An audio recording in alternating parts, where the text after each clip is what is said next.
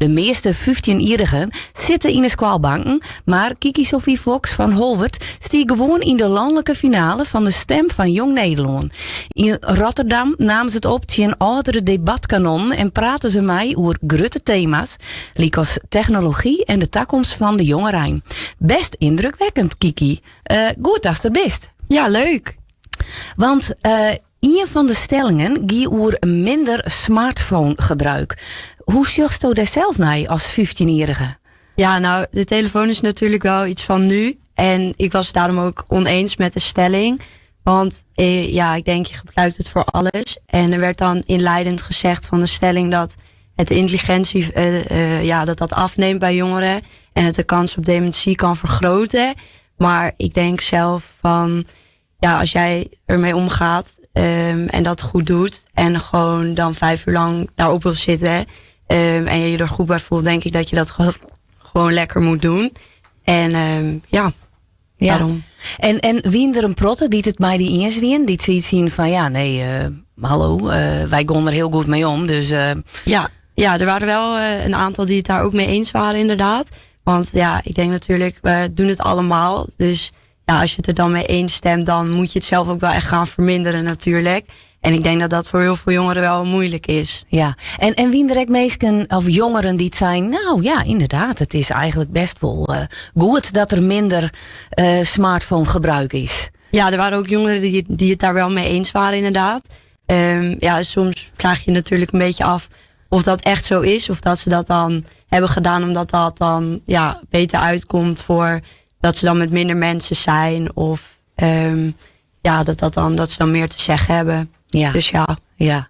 Hey, en het is best wel spannend, iets. Want ik bedoel, er binnen heel veel jongeren. En door mag natuurlijk wel uitkomen van die mening. Hast je echt trucjes om die spanning wat te onderdrukken? Nee, dat eigenlijk niet. Want ik ben van tevoren altijd wel heel zenuwachtig. Maar als ik dan eenmaal bezig ben, dan probeer ik de mensen daaromheen een beetje af te sluiten. En dan zit ik wel echt wel in het verhaal wat er dan verteld wordt. Dus dan lukt het wel. En dan daarna ben ik wel blij ook wel dat het dan geweest is. En dat het dan of goed is gegaan of niet. Dus ja, echt trucjes heb ik er niet voor. Maar ik probeer het wel een beetje te verminderen dat het wel gewoon goed gaat, zeg maar. Ja, en haast dan soms naar die denk ik, dat ik ze matten. Ja, dat heb ik wel vaak. Of dan, er zijn natuurlijk meer mensen die wat willen zeggen. Want je bent niet alleen. Dus er zijn zoveel dingen die je dan nog wel had willen zeggen of kunnen zeggen. Dus dan denk ik daarna wel eens van, dat had ik echt moeten zeggen. Of dit had ik nog moeten vertellen. Dus dat is dan soms wel dat je denkt van, maar ja. Ja, hey, en die vrienden en die klasgenoten, wat vonden die ervan? Dat is toch ons iets groots en belangrijks meidien hast. Ja, echt wel heel leuk. En ook wel knap, omdat natuurlijk heel veel mensen het ook niet doen. En eigenlijk wist ik voor dit jaar ook niet dat er was. Dus dit jaar ben ik dan gevraagd om mee te doen door mijn docent, meneer Van der Woude. En iedereen daaromheen vond het eigenlijk heel leuk dat ik meedeed. Maar het is natuurlijk ook altijd wel bijzonder als je aan zoiets meedoet. Ook omdat er heel veel mensen zijn die dat niet durven of niet willen doen. Dus er werd wel heel goed op gereageerd. Ja, en wie er meer uit die klas die nou echt misschien zoiets had van dat leek het me ook wel mooi. Er deed sowieso een ander meisje mee, Hinke. Ook uit mijn klas, die zat ook in het team. Met mij en dan nog een paar anderen. Maar voor de rest uit mijn klas, heel veel mensen vinden het wel leuk. Maar of ze dan later mee willen doen, dat weet ik niet zo goed. Nee, die gaan net zoiets van Want is het voor jou wel iets wat volgend jaar misschien dat het die leuk ligt? Ja, dat lijkt me wel leuk. Sowieso, ik zou het ook wel leuk vinden om dan wel te winnen. En het is sowieso ook heel leuk ook om het in de voorrondes te doen. Samen met mensen waar je dan misschien van tevoren niet zo vaak mee om bent gegaan.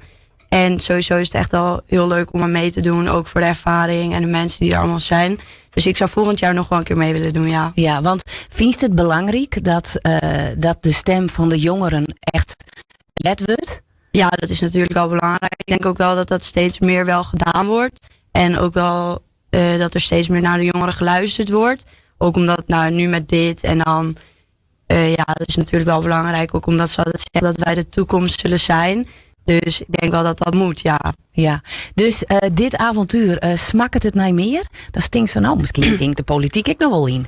Ja, misschien wel, ja. Dat gaan we zien. Wat ik later wil doen, weet ik eigenlijk niet zo goed. Maar ik denk dat deze ervaring wel voor heel veel dingen goed kan zijn. En ja, het smaakt wel naar meer. Ja. Nou, mooi. Hey Kiki, heel erg bedankt dat je naar de studio komen woeders om hier even hoe te vertellen. En nou ja, ik wens je die een heel soort succes met alles. Dankjewel.